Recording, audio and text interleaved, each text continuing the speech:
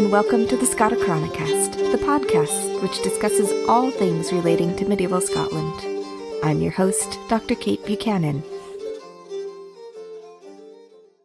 This is episode 11, and I am excited to be joined by Dr. Kevin Malloy. Well, welcome to the Scotta Chronicast. Thanks, Kate. Yeah, thanks for being here today. I am looking forward to catching up and chatting with you. Same. It's been far too long. 2017, I think, was the last time that I saw you. Probably in Vancouver. In Vancouver, yeah, the conference in Vancouver. Yeah, that was a fun conference. It was. Yeah, so why don't you tell the audience a little bit about yourself? Well, my name is Dr. Kevin Malloy. I'm an Aquarius. I studied medieval history in actually environmental history at the University of Stirling for my master's. And I actually am, here's the hot goss, I'm not actually a medievalist anymore. I am currently an archaeologist at a company called Environmental Resources Management. And after I finished my master's at the University of Stirling, I did actually continue on studying medieval topics and got my PhD at the University of Wyoming in anthropology, focusing on archaeology. Yeah. Well, that's exciting. I look forward to hearing more about what you're currently doing here in a bit. So what initially led you to medieval Scotland? Honestly, it was a series of kind of random connections and a little bit of dumb luck and a whole lot of Richard Orm.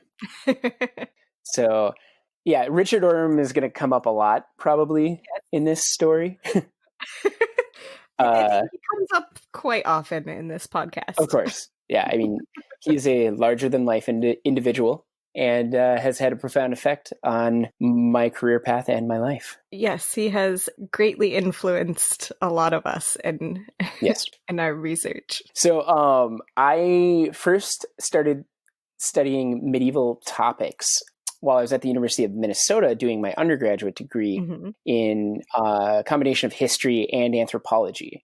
And I was working at the Science Museum of Minnesota. And this is incredibly embarrassing because I'm an archaeologist, but I was working in the dinosaur exhibit. Excellent. And so I'm not even going to explain why that's embarrassing. People should just know. But my professor, who I had been working on various other things with, came in one day while I was working, and I just was chatting with him, and I knew that he was going to Ireland on a field school, and I just kind of offhandedly joked saying, like, well, do you need anybody else to go with you? And he was like, you know what? We actually just had a spot open up. We need another person. And this was just a few months before they were supposed to go. And I managed to find some funding to do it and applied for it and got it. And the rest was history. I ended up going over there and I did it was my first true archaeological dig, but it was also my first true experience with medieval history, with medieval archaeology. And up until that point, I had wanted to be an historian and I wanted to go on to become a professor in history. And I spent 3 weeks digging in the rain and the cold and the muck, and I got pneumonia. I did also meet my wife on that particular dig. But, you know, I was cold and dirty and exhausted the whole time, and I loved every minute of it. And I was fascinated by what we were working on. And within that very short period, I made the very conscious decision that I didn't want to be a historian. I wanted to be an archaeologist who incorporated history into his work. Right. And so then from that point on, I kept working with the professor's name was John Soderberg, Dr. John Soderberg. And he and I, became very good friends over the years. And I've lost touch with him a little bit, but I did see him last year and it was great to catch up. But I went to a conference then with him the following year. And at that conference, I met the legendary Richard Orm. Hey! And I met him at a conference too. Which conference was it? It was Saints and Sinners or something like that in 2008. It was at SLU, St. Louis University, run by Tom Finan. Yeah. Yeah, Saints and Scholars, something like that. I don't remember the name of it. It was Saints and something. Either way, so I got to talking with Richard, and we were talking. I was very interested in environmental change throughout history, and very very heavily influenced early on by some of the work by Brian Fagan, and before I got really deep into it, and then William Cronin. And by then, I had my foot in the medieval world, in the history world, in the archaeology world, and also a little bit in the geology world, because I was minoring in geology. And at that conference, I also met Terry Berry, and the legendary historian from Trinity College Dublin, and archaeologist and from Trinity College Dublin. And so I kind of ended up going down that path and looked at going back to Ireland to study Irish history and archaeology, or going to Scotland and doing more of an archaeology focused environmental type study on a medieval topic. So that was kind of my long winding road to getting into that world. So you had to choose between Terry Berry and Richard Orm. I did. And it was really great because I talked to Terry. I happened to be in Dublin in 2009, and I had been accepted to both Stirling and Dublin at Trinity College Dublin. And Terry looked at me, and we were talking about what I was interested in, and he said, I think you should go study with Richard. And I was like, okay. I mean, hopefully that doesn't say anything about me personally. But no. I'm only joking. Terry was, Terry. He's one of the kindest. He's people. Nothing but help. Yeah, he cares about his students, and it was. I really appreciated that guidance, and so I ended up going to the University of Stirling and working with Richard, and also having various adventures with him outside of the classroom on various mountaintops, as you know. Yes, I do remember many stories. Yeah, that's awesome. So you had a particularly fun master's research project and thesis. Do you want to talk a little bit about that? Sure. That then also became the basis for my doctoral work as well. I continued on with it. But I studied medieval parks or deer parks in Scotland. And what was so fun about those to me, well, I mean, I got to go and dig in some of these just spectacular places in the foothills of the Scottish Highlands. The ones we focused on were on the eastern side of the island, but that project, it gave me a lot of ability to think creatively about what was going on. And what was so cool was that it was a project where almost no work had been done. You had some very influential work done in the 70s by John Gilbert, who is just another one of those folks who's just one of the most lovely people, very helpful, really just wonderful people to work with. And there just hadn't been much done, and there had been no archaeology done. Whereas in England, as is always the case, there had been tons of work done. Amy was talking about it on previous episode where we often look to England with a bit of longing for all of their records and things, and it was the same case with jealousy. Me. It's pure jealousy. So in terms of archival sources, it was very much the case. However, it is very fun being able to do some of the first archaeology and what I would argue some of the type site work on sites that just haven't been looked at, and then being able to compare them to analogs in a different country from the same period. There was just a lot of fun questions that could be asked and a lot of interesting little rabbit holes I could go down. Right. Literal rabbit holes. Not Quite, yes. I don't remember you falling down any rabbit holes, but I didn't fall down any rabbit holes. I did tumble down a few hills, of course. Right down to the tea shop at the bottom of one of my sites. That was wonderful. Yes, that was you. good. You went out to that one. Good location. Yeah, that was a good one. You came out there with me and Alistair and Derek. Yeah, that was you chose a good location for that one. The tea shop was great. And I got to stay at that great Airbnb, and the woman running it was so lovely, and she was like Mrs. Doyle from Father Ted. Yeah. And she would ask me if I wanted a cup of tea, and I said no repeatedly, and then she'd be like, "Well, I'll just leave it outside your door." Excellent. Okay, thank you. Yes, you can't really say no to a cup of tea. No, I would have appreciated a pint outside of the door too, so that would have also been good. Yes, you had your fair share of pub visits after. I don't know what you're talking field about. Trips, though. I remember that being a particularly pleasant part of field trips. Is at the end of the day, just popping into the pub. And I mean, every mountain Richard and I have ever climbed, we've hit the pub afterwards. So yeah, you gotta rehydrate. Of course. Mm-hmm. Carb up. Yeah.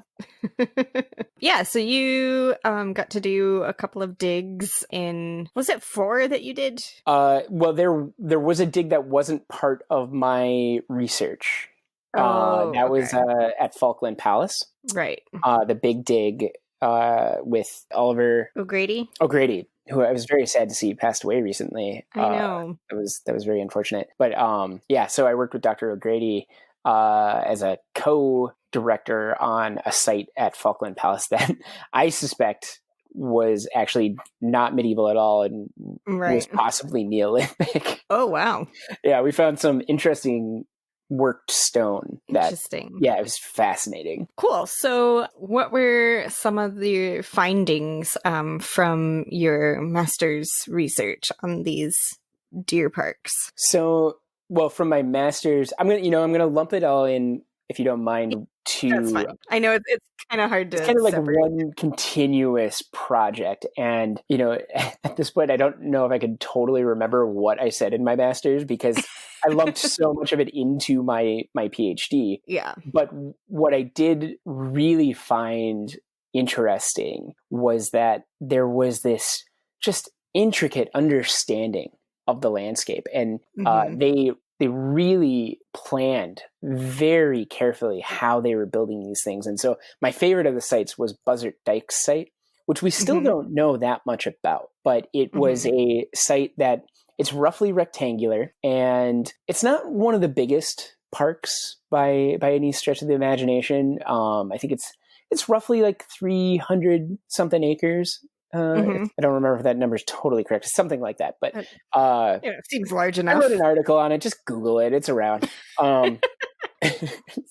So it was placed, though, very carefully over a series of glacial eskers. And for listeners who might not know what a glacial esker is, they're these long, wavy hills that are created by water running underneath a glacier, and they create these kind of like linear hill patterns. They're really, really cool, and these ones were textbook examples of them, and really a stunning landscape. Just my absolute favorite site to work on. And we also worked on what I believe to be the first true hunting lodge that's been excavated in Scotland. There are maybe some examples that are similar in the area, but this was, I think, the first true example of a hunting lodge. And that's not counting, castles that double as hunting lodges, like Kincardine Castle, which is another one that we excavated. But this one was firmly dated in the 13th century.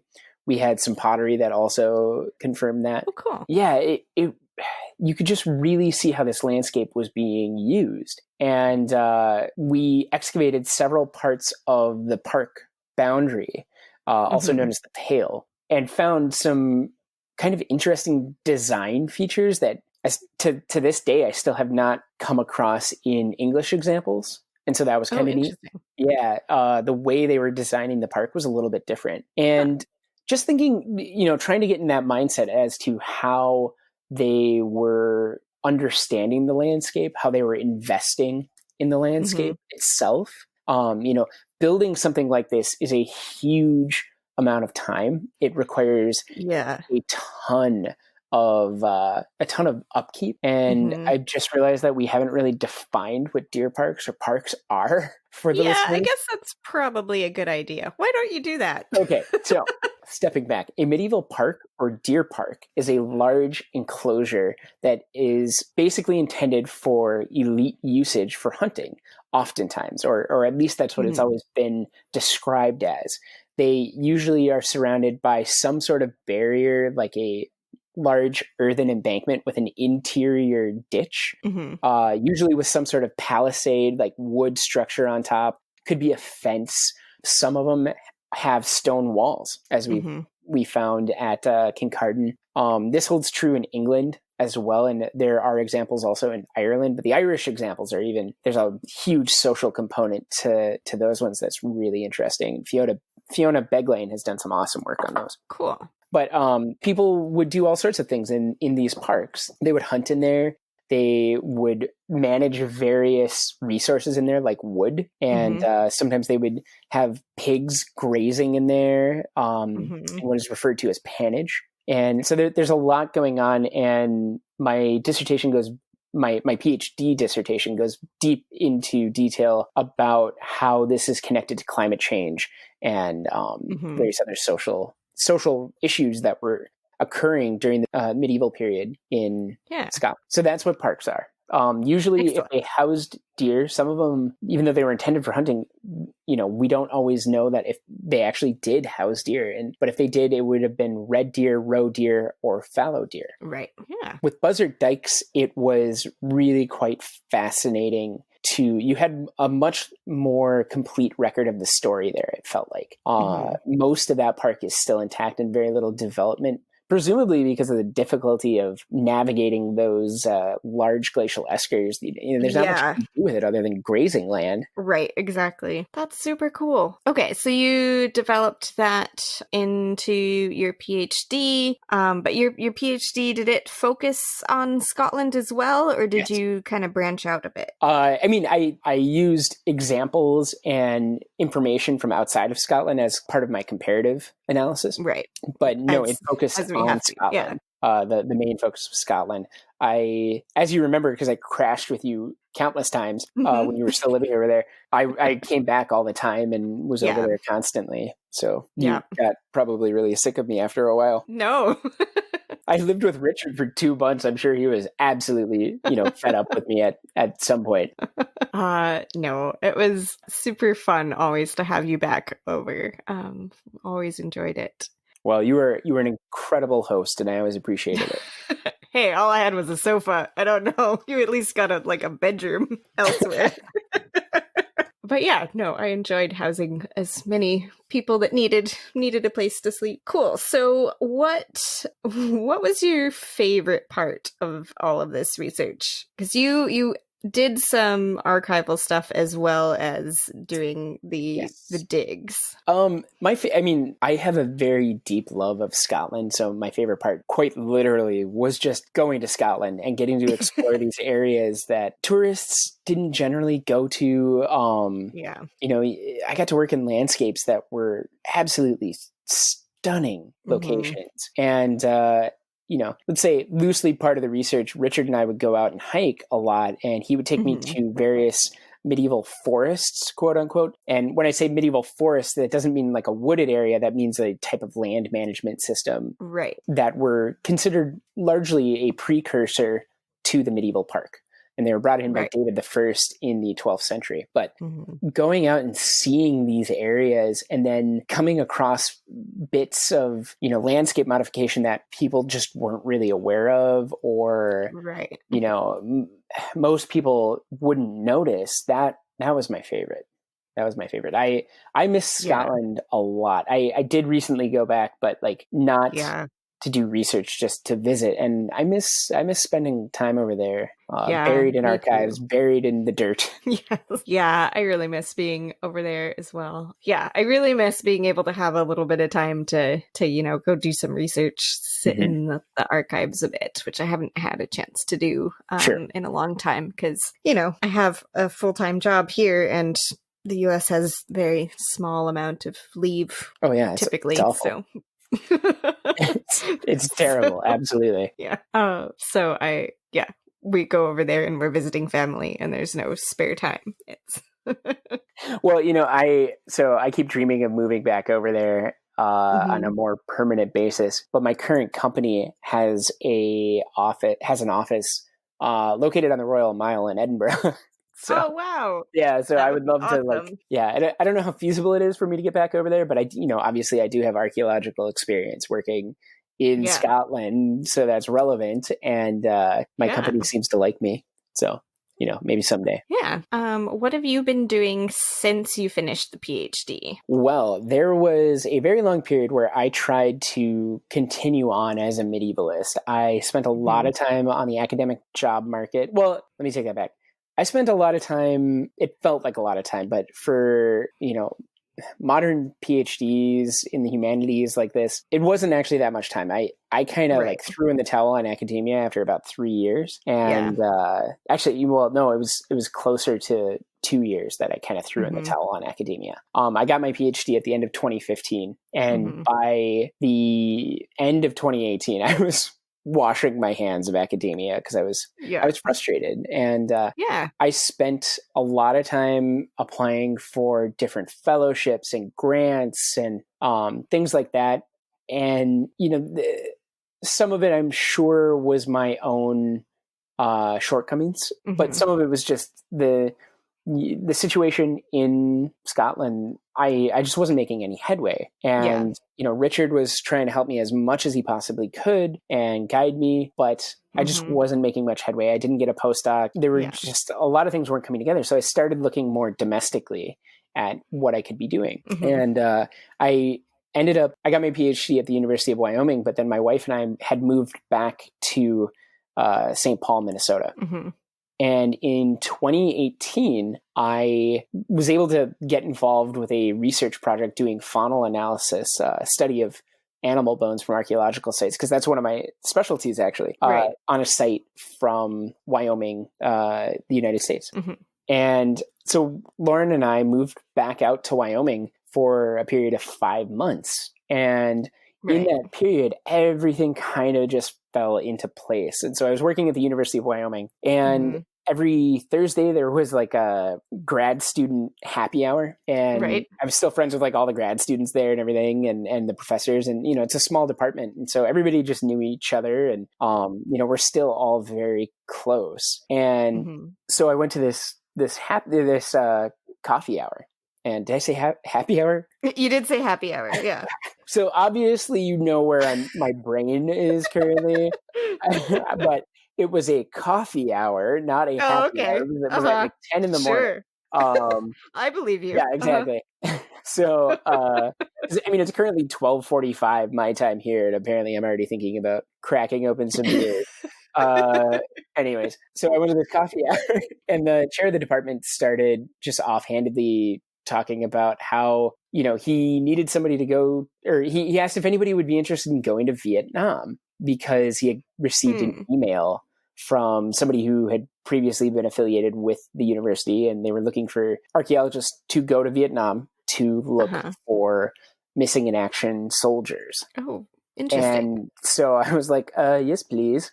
And I emailed the guy that day, and within like just a few days, they hired me on for the summer. Wow. And that was with a group that was working for a sub-agency, if that's what you call it, in the Department of Defense, called the Defense POW MIA Accounting Agency. And they do this incredible work looking for soldiers that were missing in action or POWs. And it covers like conflicts from everywhere from World War II up through, I believe, the Gulf War. And so I went over there. I did this, 5-week dig, ran the whole thing with the military and everything. And it was just the most incredible, life-changing experience.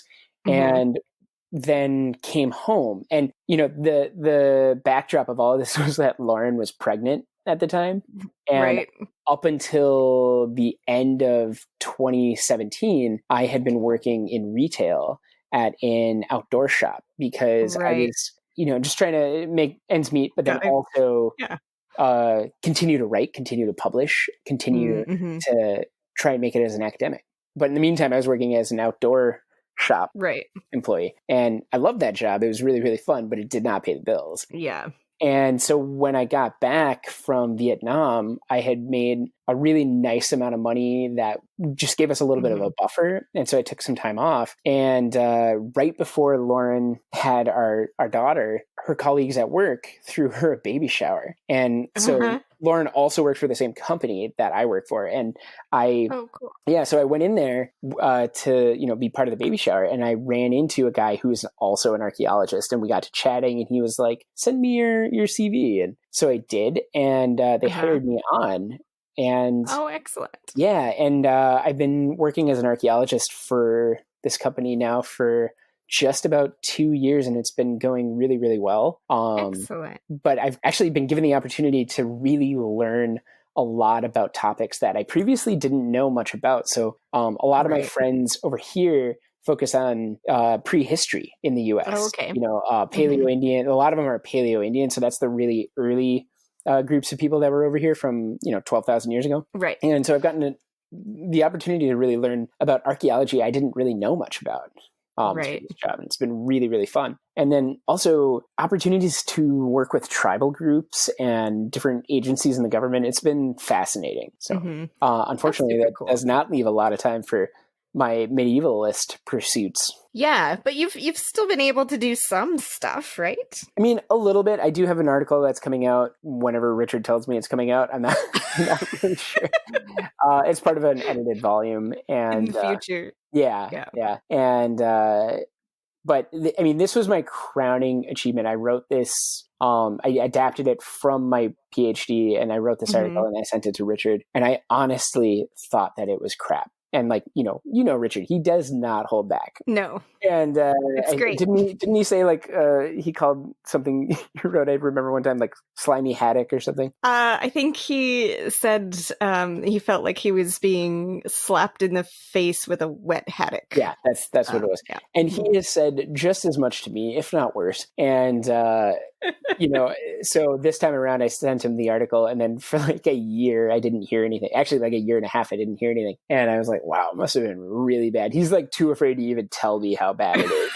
I don't think. I don't know. Because I wrote it, we had just had the baby. I was exhausted. Yeah. I was starting a new job. So I was staying up really late at night writing it. And he emailed me about a month ago or 2 months ago. And he was like, I only formatted it. I didn't need to change anything. And I was like, what? I couldn't believe it. Oh, I shouldn't have done his voice. Awesome. That was a mistake. That's going to be on the internet. Whatever. It's all good. Well, that's great. Yeah. No, I think we all owe Richard a great deal when it comes to improving our writing quality. Oh yeah, it was such a proud moment. I felt like I had finally made it, and I had finally learned how to be a good writer. And some people just have it. I have one buddy who he's just always been a spectacular writer, and it just pisses me off. And I have.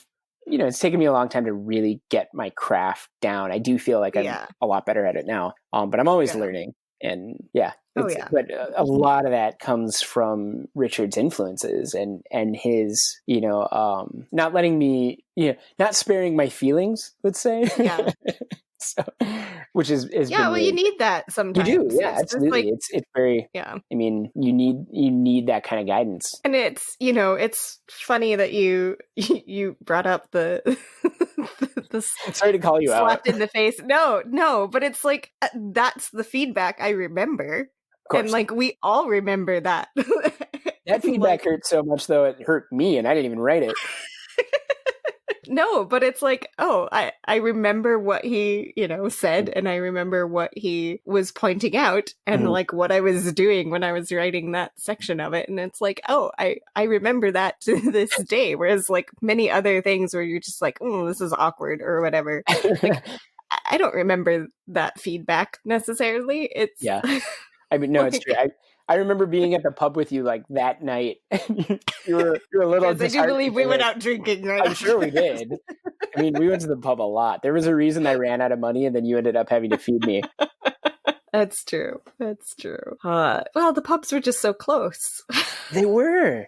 And they were so good. Well, are there any particular sites that you would recommend people visit in Scotland? You know, you talked about being able to see things that are kind of off the track of the normal tourist track that are good medieval. Yeah, so like for ones off the beaten path, ones that I really like, Kinclaven Castle. I always thought that one was really cool. That's an awesome place. Yeah.